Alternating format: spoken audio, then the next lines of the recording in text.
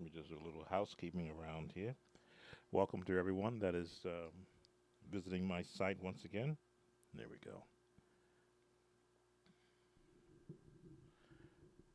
Thought I would give a session on my take on chords, patterns, and runs in the key of C.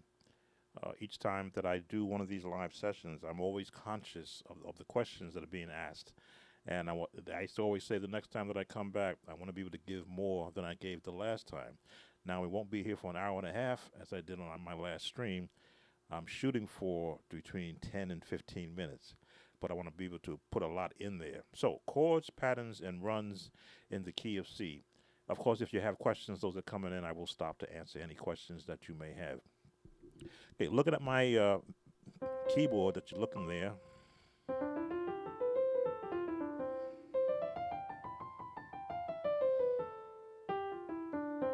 Messed that up. The scales is where every chord and every pattern, in a sense, especially every run, is going to be found. You have to first have an understanding of where the notes are, the proper fingering, which takes you through those notes, not just one way, but the other way, ascending and descending, and then to be able to hear what a chord would sound like. So we're going to start off with chords first. Everyone knows that wherever your thumb lands, or the lowest note in what note you're playing, that's where the name of that chords begin. So if we're going to do a basic chord, triad chord, 3 notes, C, E, and G. Now, I may play it like this. I may play it like this. The correct way that they teach it is the thumb, first finger, middle finger as the 3rd note, and your 4th finger as the 3rd note. Now, I always say play it where it's comfortable. I play where it's comfortable because where I'm going to go next might determine the fingering that I want. If I want to extend this out, that hurts to do that. But if I switch here, it falls in line. Of course, this is what they call inversions. 1st inversion, 2nd inversion, 3rd inversion in the key of C. Now, generally when I say the key of C, that is the pitch of where all our notes will be found. C has E, D, D, E, F, G, A, B, C in the scale of C. So when I talk about the chords that are found in the key of C, any chord within that range of notes, not just all the white keys, but all the black keys also, which are going to give you different let me see, how can I put this? A different tone just by changing a note. And these are all considered chords that are found in the key of C.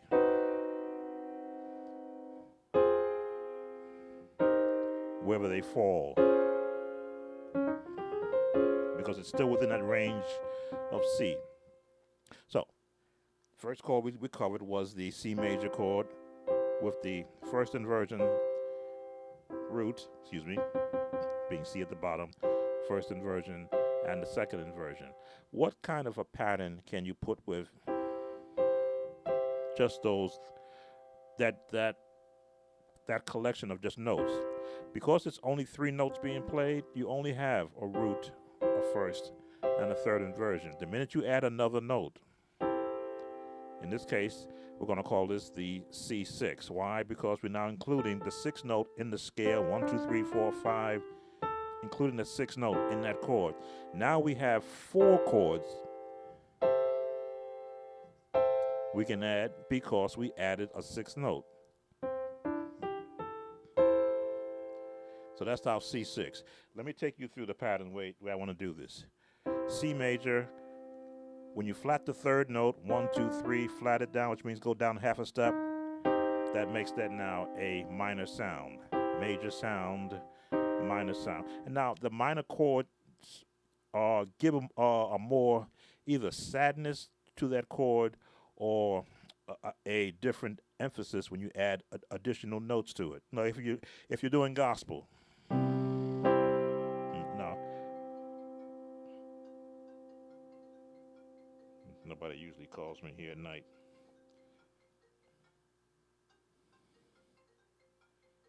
There we go. We'll get rid of that. Depending upon where you place that flatted note, it changes the whole concept of the sound. Now, if I add again a bottom to it to give it a nice full chord, but now if I add that minor chord, just that one note changes the whole concept of that chord just by changing the third note of that scale to a minor chord. So that makes that C minor. And again, root, first inversion, second inversion. Now, pay attention to this because this is where you're also going to find patterns.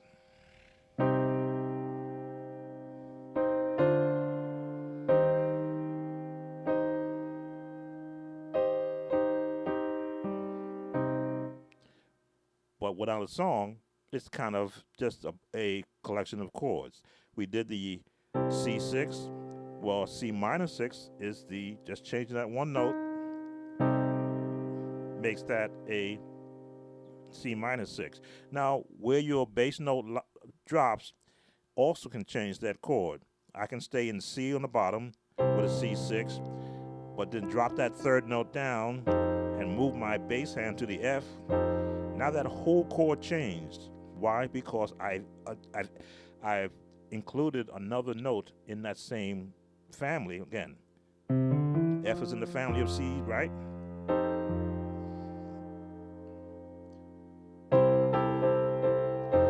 And you'll find a lot of church musicians will use that pattern in the sense if they're doing something for a preacher.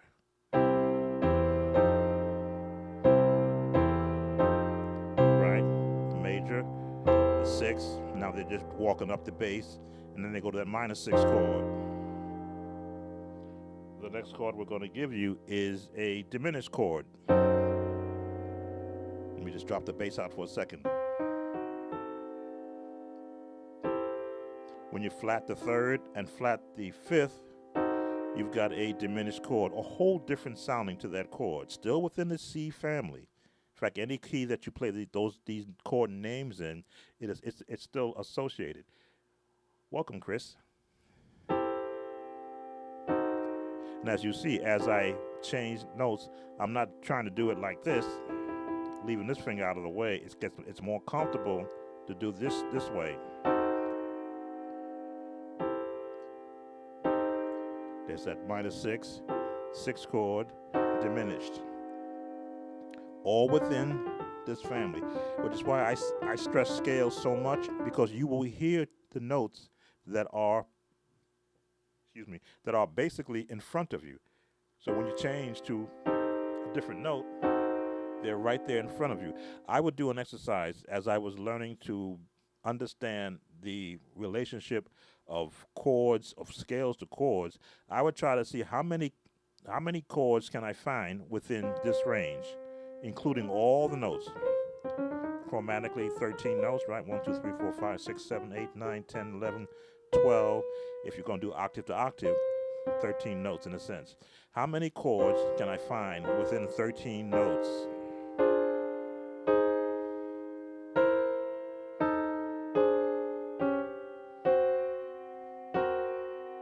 Let me see.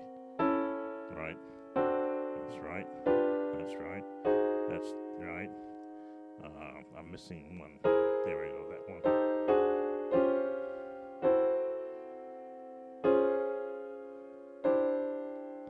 Still more. There we go.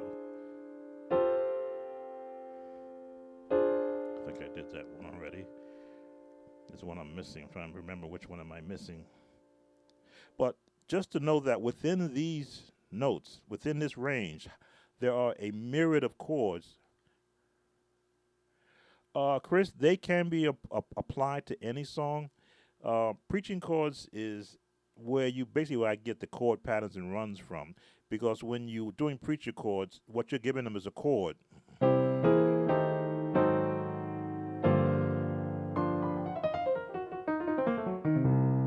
And doing a run within that family of chords.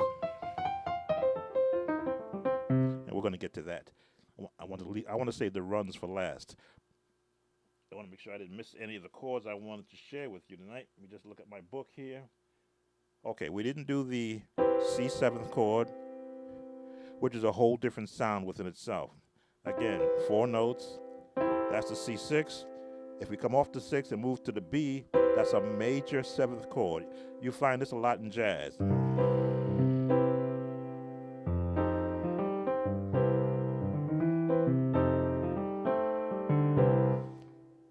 But you will find the C7th chord. Now you say, why is that considered a 7th? And that's considered a major 7th. It's a major 7th, if I get the understanding correctly, because it's staying within the family of the scale. The minute you go outside of the scale, it becomes a basic 7th chord. If there are any scholars out there who can correct me, I will accept your correction. Again, still 4 notes. So we got the C6, the C7th, the C major 7th, the C minor 6, C diminished, and back to our root. So we've covered 1, 2, 3, 4, 5 chords already within what I've been covering so far, 12 minutes. I wanted to keep this down to 15. Looks like I may need to go over. So there's still more chords within this range, which you can use in the key of C. Let's see, C plus 5. Plus 5, again, 1, 2, 1, 2, 3, 4. The 5th note is G. Plus means half a step up. So it's C major chord. And you've heard this chord before. I'm trying to get that. I used to practice this. Yeah. I used to know this change. Ah.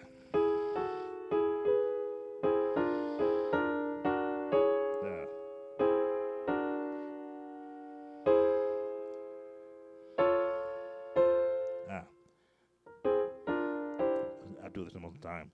That plus 5 chord, which is to me, it's an actual turning chord. If you want to go to a key of F from C, put that turn around with the C plus 5 chord over I want to call this G flat.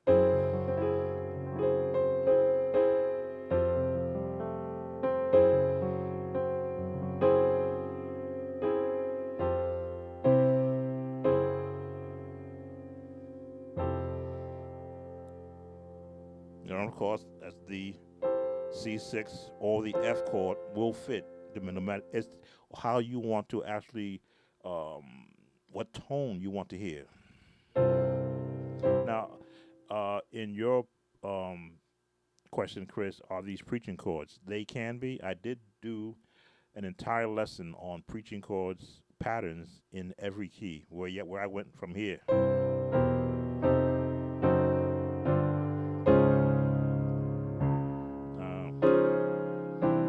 That's the chord I gave. Oh, this one I gave.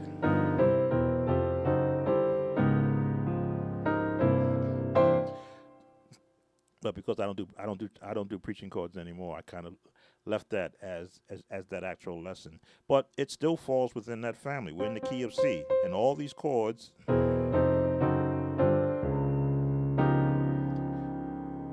you may say, well, that's not a C chord.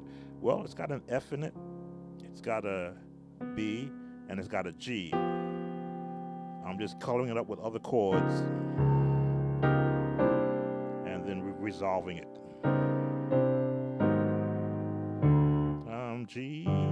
There it is. Had to hear that one change. So many things that you can do once you've got the understanding of what chords are available to you, these are in the key of C, but there are chords, as you see, I went outside of the key of C, went to E flat, but within that one, because G is also in the scale of C, I can borrow the chords that's in, right, in C, in the scale of C. Once they're spread out, if I were to, let me see, if I were to put these like this, it sounds horrible with that there. But if I spread it out now, because now as you spread out chords, the whole tone changes.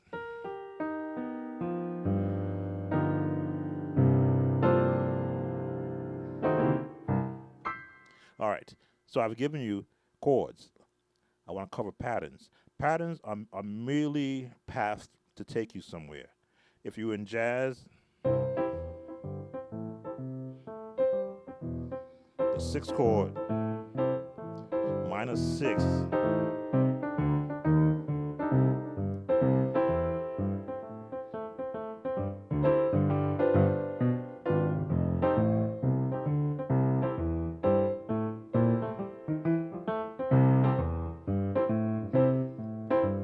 basic.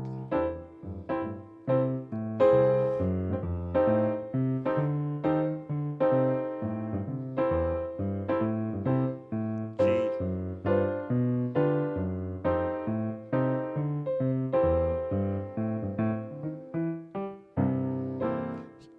It's how you want to apply it. Not just giving you the sixth chord, right? The minus 6 chord. I gave you a G seventh. Why? Because G is in the scale of C, which means you have license to use the chords that fit in G. That's a G seventh. Back to a minus 6. You're diminished. And your C seventh chord. It's like having a box of crayons and you have different colors, the same colors, just different shades of a color. That's one color. That's another color music-wise. That's another color music-wise. That's another color music-wise. Again, I'm staying within all the notes that are found within this scale. But as you begin to apply them to what you currently do, it begins to open the door. And again, we're just working within this family. The minute you add another note, which is the ninth note, it expands even more.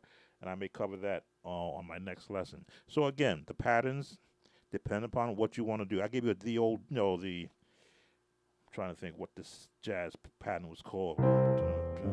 This is not doo-wop, I don't think.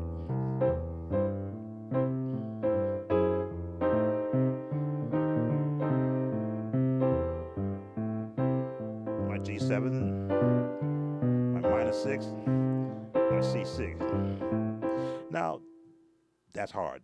I won't tell you that that's not hard to do. You've got to have both hands moving at the same time, and I'm talking while I'm doing that.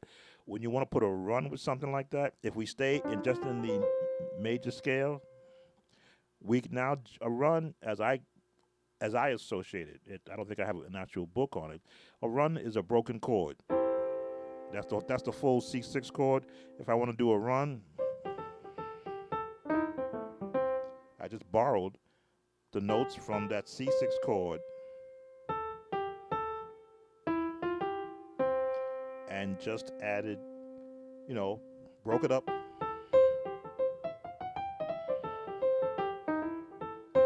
and began to borrow again the other notes to give it a little more oomph.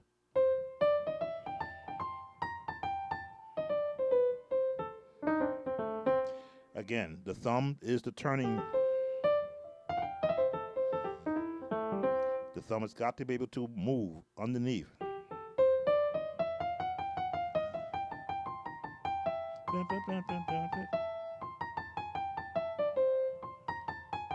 Minor.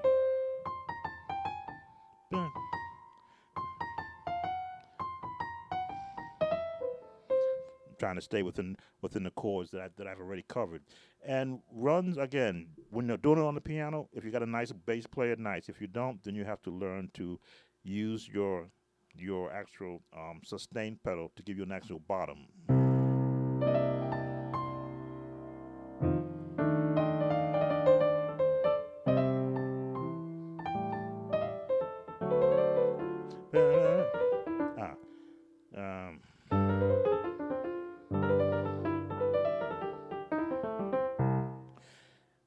run, I often say, is I'm not a run master. I use them as fillers for when I'm doing something. So if I'm going to go from a chord,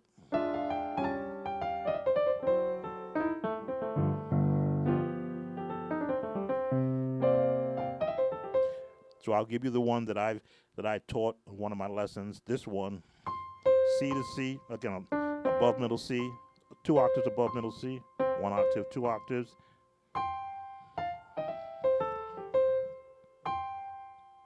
G, C, F, A, the diminished, drop them up, drop the thumb on the C, cross over,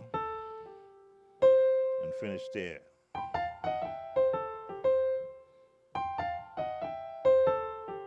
Let me slow that down because I'm giving you a run. Here we go.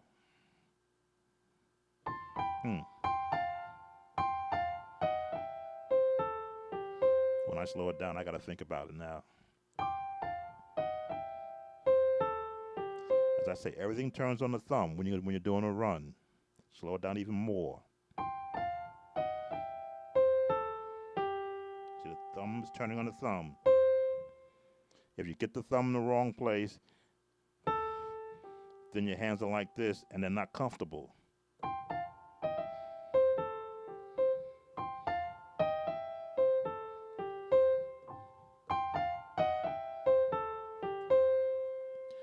Now, what are you going to use these for? These is when you're doing your own practice time and you just want to add a little something to what you're doing. Now, am I a jazz musician? No, I'm a musician that is able to listen to other people's styles of music and borrow from what they're doing.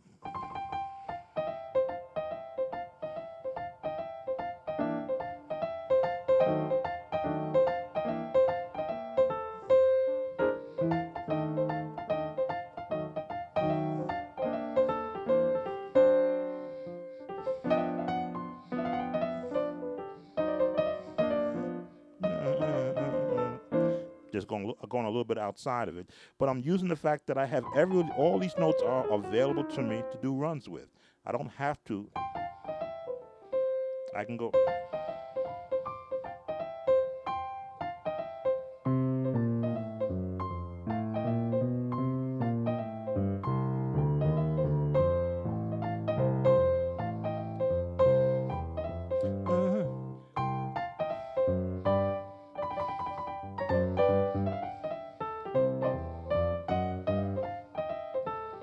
Everything still turns on the thumb. Okay, I'm at 23 minutes. I'm going to have to stop this at 25. I promise not to be running this so long. So chords, patterns, and runs. Patterns are what you're going to use, what you want to apply the chords to. If you're going to be making a pattern where you want to jump up a key,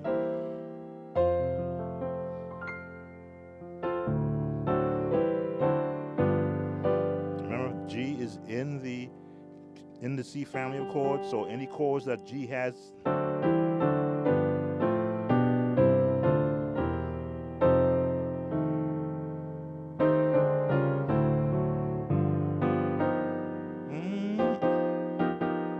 gotta get that note out of there.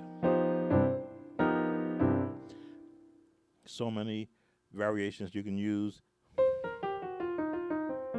in that minor variation of C, which I call the harmonic minor scale, not the minor scale. The minor scale is this one. The harmonic minor scale uses the B as its crossover into the C.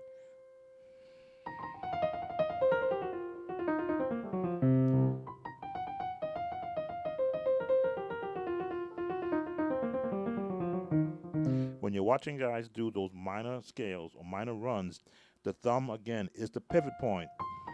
Pivot, pivot, pivot, pivot, pivot. The thumb is the pivot point.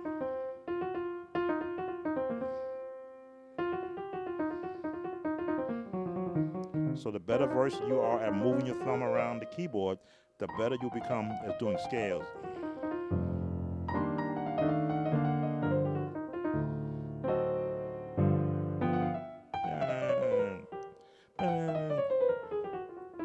And I I say practice not just your major scales and your harmonic minor scales, but practice chromatic scales to get your fingers limber enough to be able to do this.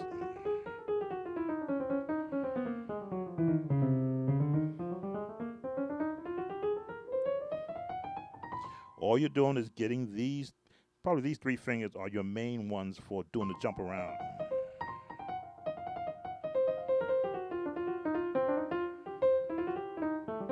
As you see, I'm using just these three.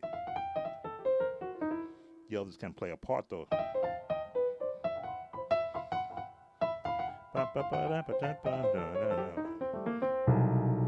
Always get the left hand included. Well, I've given you a lot to think about, a lot to look at. If you like these quick lessons. Oh, is that the gospel run? No, gospel does not have a run. There may be a pattern of notes that most people will apply to gospel. No, this is jazz.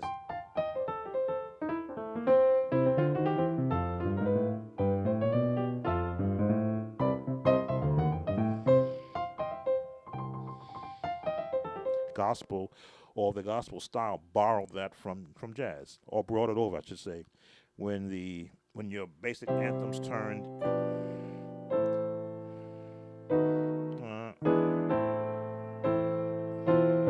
when your anthems turned into hymns, which is like a lot of melody, and when the gospel became morphed into the church, it was jazz musicians who were becoming the new musicians.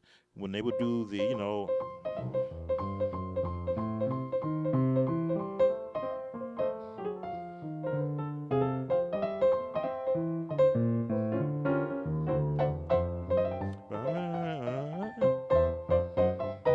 they brought that in as they began to replace the more learned, more learned musicians who couldn't do that style, which was as the ministries change hands, they bring in a more diverse minister who wants to hear. And you say the preacher chords. Of course, when I did preacher chords, I did big band sound preacher chords.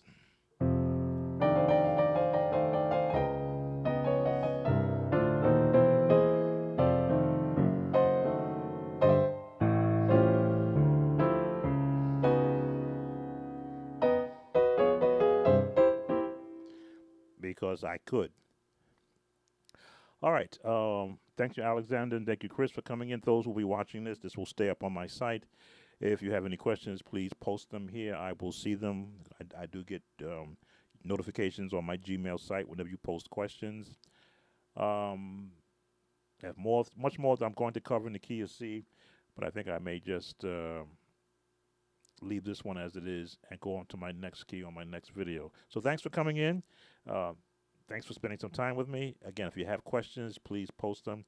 This is Sam Tobert, Sound of Joy Music Services, stmusician.com. Please subscribe to us, those that are watching. This way you are not left out of any new content, which is going to be quite a bit of content that I intend on posting. I'm going to find some public domain songs that I'm going to cover that I will be able to show you how you can gospelize them and to the point where they can become a little bit more, how can I put it, from a musician standpoint, give a little more flavor to them. And I may see what songs that are popular that may be of a, well, we'll see when I get to that point.